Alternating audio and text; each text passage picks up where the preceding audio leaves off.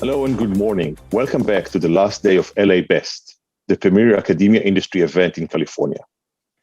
After the keynote, please join us for a one-of-its-kind panel of CEOs from our local hospital speaking about innovation and healthcare. COVID-19 pandemic changed every aspect of our lives. As we heard yesterday from Dean Martin, some changes are here to stay, but others we want to avoid. Our next keynote will explain how we can prevent the next pandemic. To discuss this issue, I'm honored to invite Dr. Anne Rimoin from the Department of Epidemiology, UCLA Fielding School of Public Health. Anne, thank you for joining us.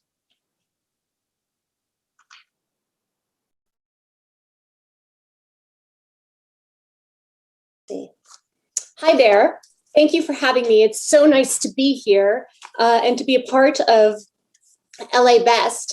I'm here today to talk about COVID-19 and beyond, preventing pandemics before they start. I'll be touching a little bit on pandemics, pandemic preparedness, what I see as our future, but then also telling you a little bit about the work that I've been doing and how it actually relates to biotechnology, to partnership, and opportunities that I think are good examples of how biotech, the bioscience community, and groups like my own can work together to prevent pandemics before they start. So I'm going to share a presentation now. And so here we go.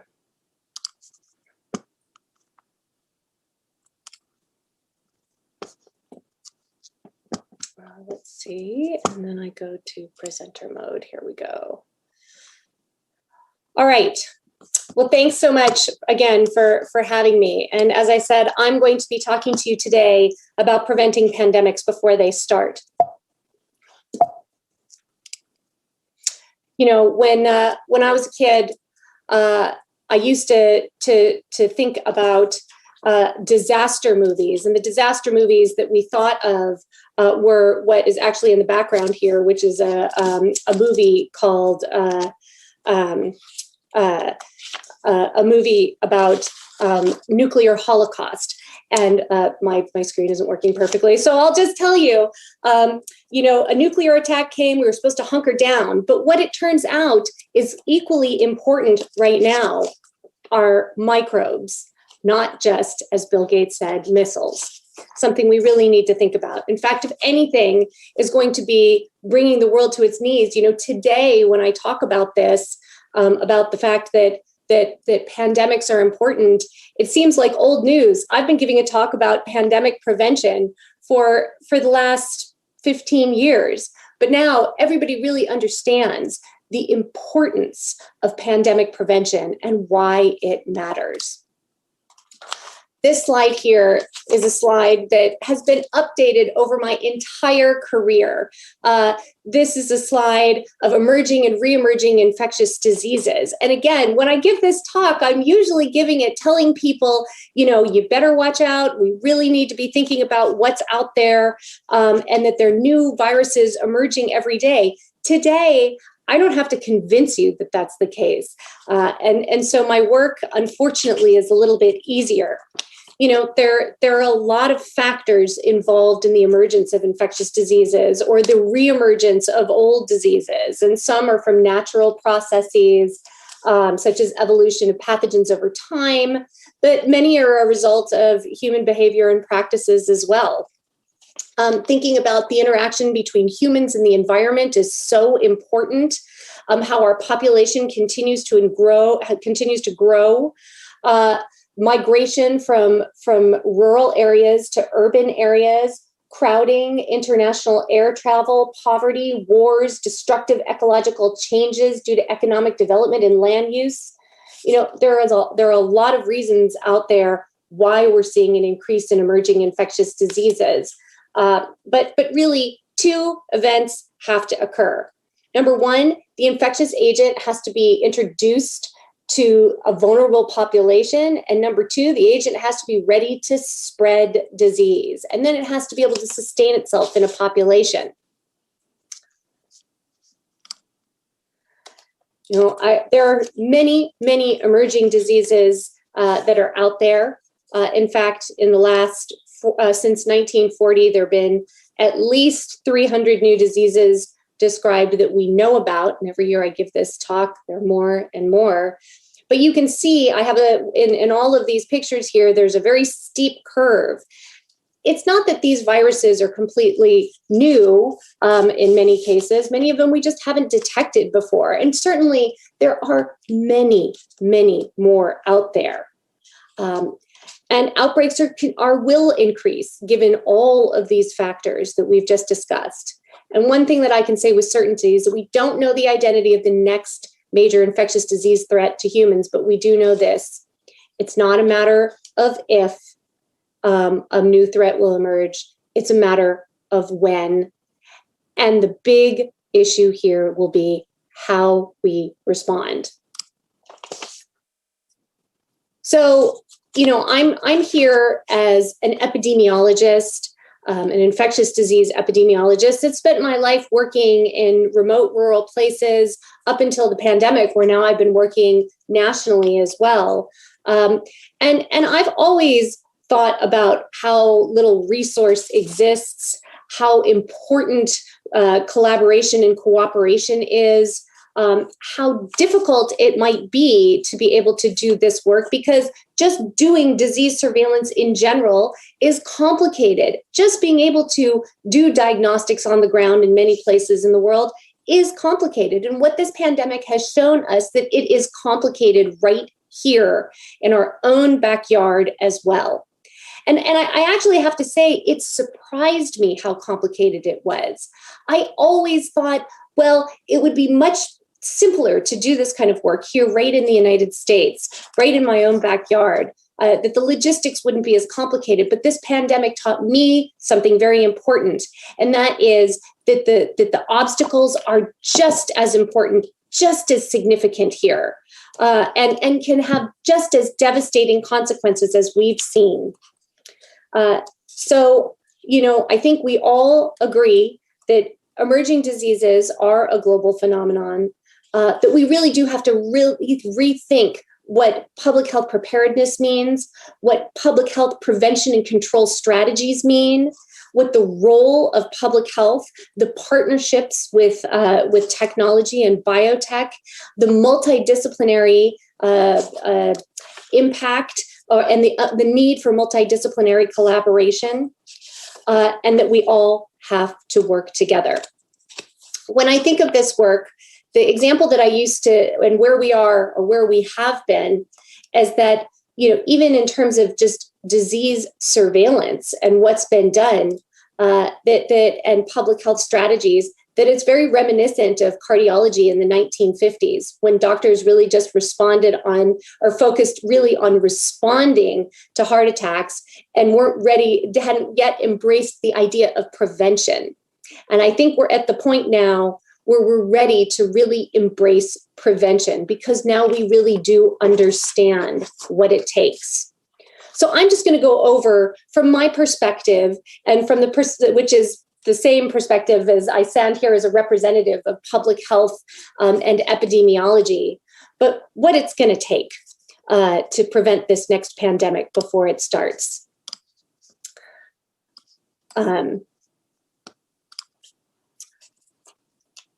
The first thing, and this has come up over and over and over again for me, is the idea that we really do need to invest in public health infrastructure. Now I'm here at LABEST. I'm in a community of sophisticated bioscientists, of technologists, of people who are really at the forefront. And I think you all know here, I'm not telling you anything that you don't know. But if we want to stop diseases from emerging, we have to actually fix the problem. And the problem is underfunding of public health infrastructure. And this has been a problem for decades. I could have told you this about the global community, about places like the Democratic Republic of Congo, like Central Africa, like places globally where I've worked. But it's true right here, right in our own backyard, that public health has been underfunded and it must be repaired. We also need a mobilization of a global health workforce. And that means, healthcare workers and healthcare providers have traditionally just focused on meeting on the response phase requirement of disasters. And we really are in a complex situation now. We understand now that global health crises require many people. It's not just about doctors or nurses. It's not just about laboratory scientists. It takes an entire community. A global health workforce includes every walk of life. It includes community health workers. We know now how important reaching the community is, not only in places far away, but right here, right in our own backyard. We must have, at the same time, rapid research capacity. And what has really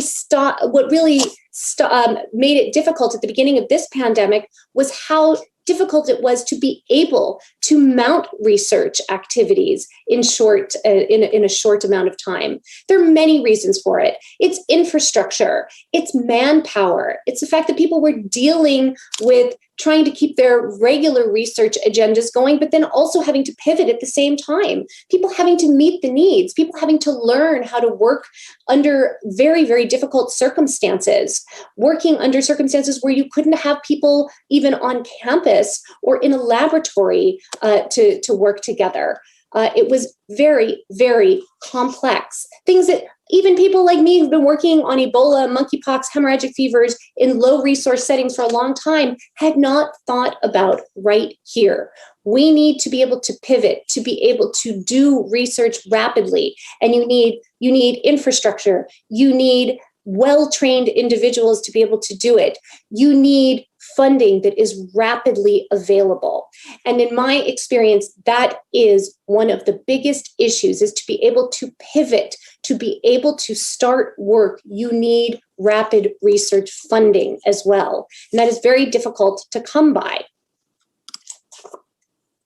Now, of course, there are some key places that all of you are likely in one way or another working, things that are going to need to be done, not just for coronavirus, but for many viruses and for the new viruses that will come to our shores, and to update old or to be able to manage with other viruses that we even know about. And that, number one, is vaccine development. We have just had the modern miracle of vaccine development really come in and change the pandemic for us.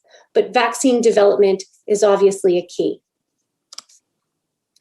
Therapeutic interventions, also critically important. In the early days of COVID-19, we moved as quickly as we could to find solutions, even looking at things like using plasma from survivors, things that we had done in places like DRC for Ebola previously. And now we're now working through monoclonal antibodies, many different therapeutic interventions. But this is, of course, going to continue to be important. Point-of-care diagnostics. Point-of-care diagnostics could not be more important. If we had had good point-of-care diagnostics at the beginning of this pandemic that were easily distributed, we would have been able to know what was happening on the ground, when and where. Point-of-care diagnostics are important right here in the US. We need to have people be able to understand their status right at home, right where they are, but in an ideal situation, but even in a doctor's office, in an emergency room, in an urgent care setting, in a mobile lab setting. This is all extremely important. And so I think that the idea of development of point-of-care diagnostics needs to be stretched further and further. Of course, strengthening health systems is important. And as I said, this is part of public health strengthening, but really strengthening health systems. This is a photo that I took of a health center in the Democratic Republic of Congo, where I spend a lot of time and I work. Local health systems look very different all over the world, but imagine trying to contain an outbreak or an epidemic. much less being a part of a global pandemic, when your infrastructure looks like this. Local health systems need to be prepared to handle surges in demand while still delivering essential services.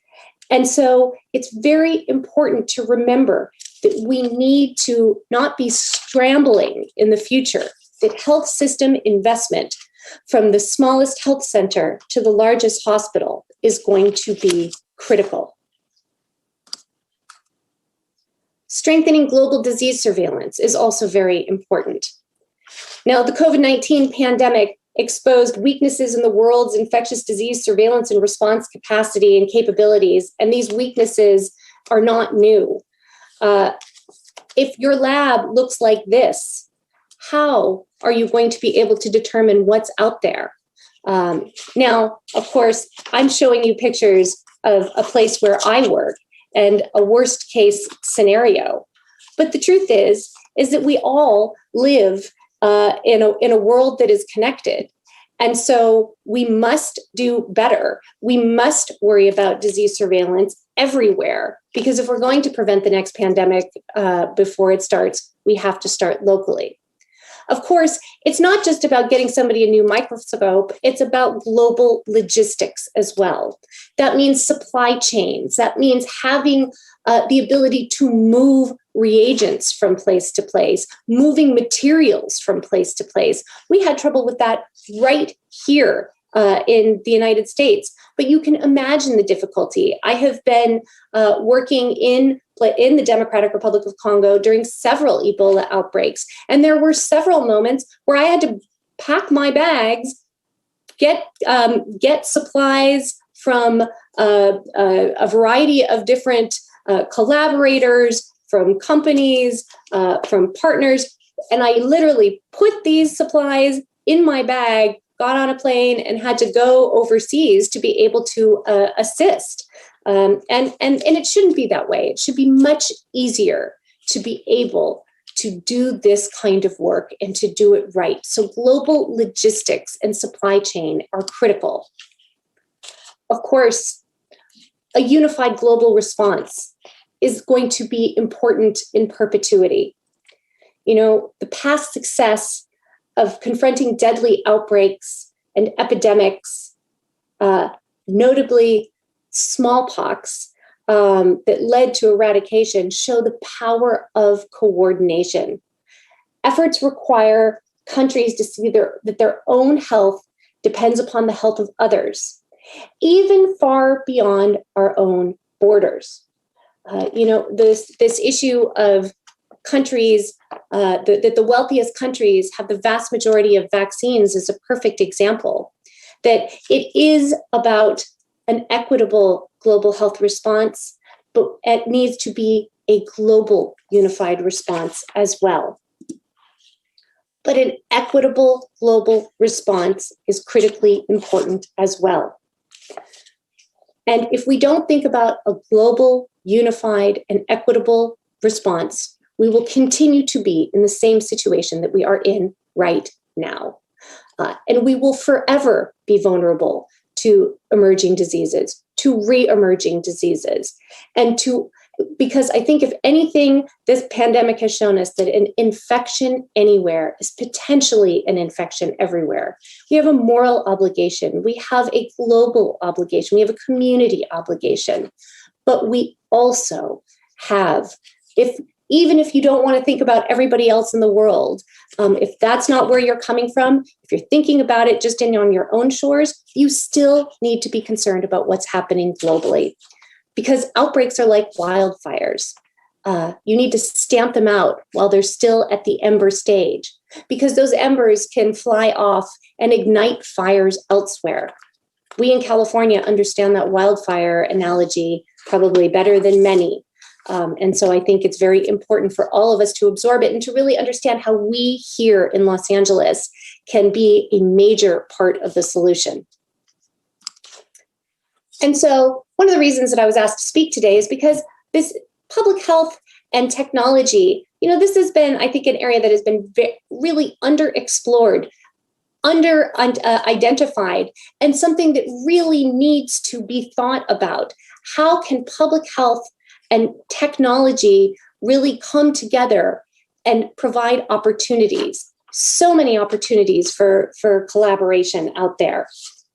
And I'm now going to take you, since most of us have not traveled in the last year, I'm going to take you on a little trip to where I have spent the vast majority of my career before I started working on coronavirus, which is the Democratic Republic of Congo, and tell you a little bit, give you some examples of how partnerships with public health and technology, between public health and biotech and biosciences really can work, even in the places you think it is the most difficult to do the work, because frankly, the places that are most difficult are the places that you really can be sure that it's gonna, if it works there, it's gonna work anywhere.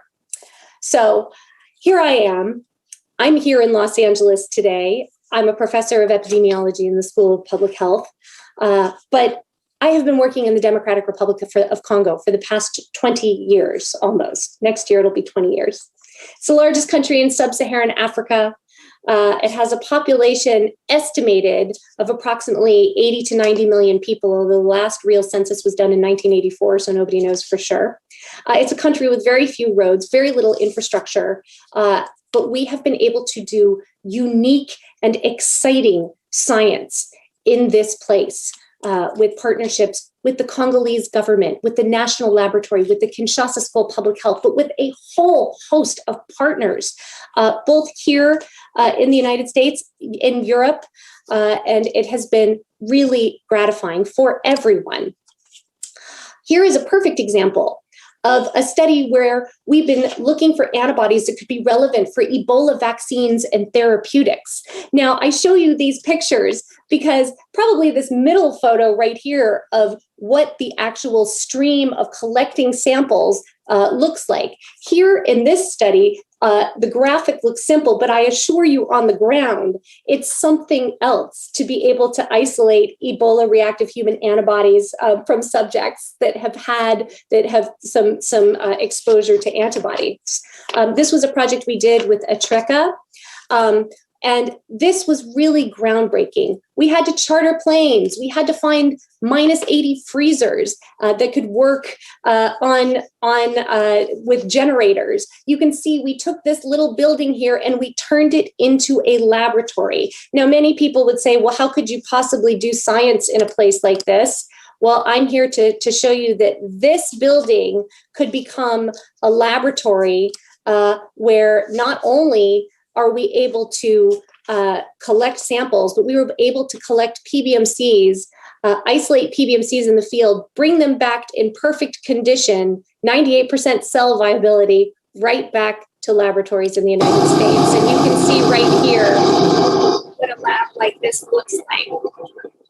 And if that doesn't blow your mind, think that as an epidemiologist, you have to come together and think about this, putting the lab together, and that we can do anything, anywhere. I don't know what proof is. These studies were the first, but then we've also been doing studies looking at Ebola immunogenicity, looking at how well the durability of immune response to Ebola virus vaccine in DRC. And we mounted this study in the midst of the Ebola epidemic in 2018. We were able to, because we had people on the ground, because we had infrastructure, because we had trained staff, because we had ongoing protocols, and because we had generous donors and funders who were willing to give us the funds to pivot and get out there, we were able to get on the ground right as Ebola vaccine was being distributed to collect samples from thousands of healthcare workers on the ground. And we are continuing to monitor how well this vaccine is working, immunogenicity and durability of immune response. Now, because we've been on the ground doing this work for all this time, we were actually also able to pivot.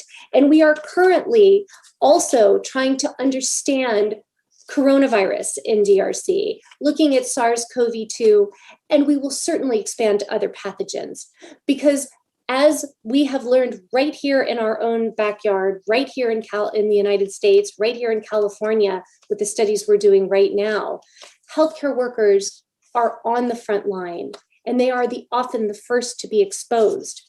And that is why my team is now continuing to do studies where we will be monitoring healthcare workers, not only in DRC, but globally, and trying to monitor for emergence of disease, but also to be able to understand what they need to protect themselves going forward. I have so many examples of partnerships.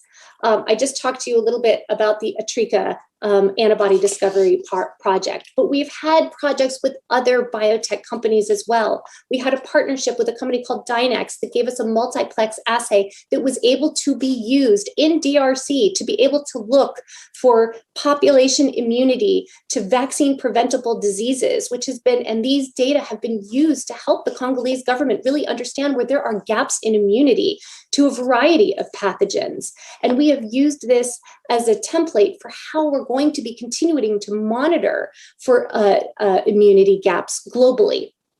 We also worked very closely with Cepheid during the Ebola outbreaks, but that was because we already had a relationship with them, and they had given us their machines to be able to do STI testing in a study where we were looking at the relationship between sexually transmitted infections and schistosomiasis in pregnant women in DRC. But then we were able to pivot and use these same machines for Ebola testing. And we anticipate so many other projects. You know, I am sitting here before you on the screen, but my work is done in partnership with so many people. And I think that the UCLA DRC research program that I founded when I came to UCLA in 2004 is a perfect example of what you can build if you have imagination, if you have the will, if you have the perseverance, if you have the relationships on the ground, and that you have the ability to think outside the box and come up with examples of what else is out there. You know, the Congo, I just want to remind you, is one of many places where point-of-care diagnostics are so important. Because if you look at these slides of what it takes to even get to places to be able to look for a virus, then you understand if this is all they have available to make diagnoses, we all need to be investing in improving point-of-care diagnostics in a place like DRC. Another example is being able to use a MinION for sequencing on the ground. The DRC was one of many places that was able to do this. Now sequencing is done regularly with the MinION machine. So now you can see MinION, Dynex multiplex, ELISAs, antibody isolation, trying new technology on the ground, all using this kind of an infrastructure that I have put together on the ground. We should be doing it in DRC, but we should be doing it everywhere. And just a reminder, it's not just about if, it's about when. If one thing history has shown us, that over and over again, that the past is prologue, that everything has led up to this. So we must remember, if we want to do better, if we want to prevent pandemics before they start, we must act globally, and we must remember that outbreaks are inevitable, but pandemics are preventable. Thank you.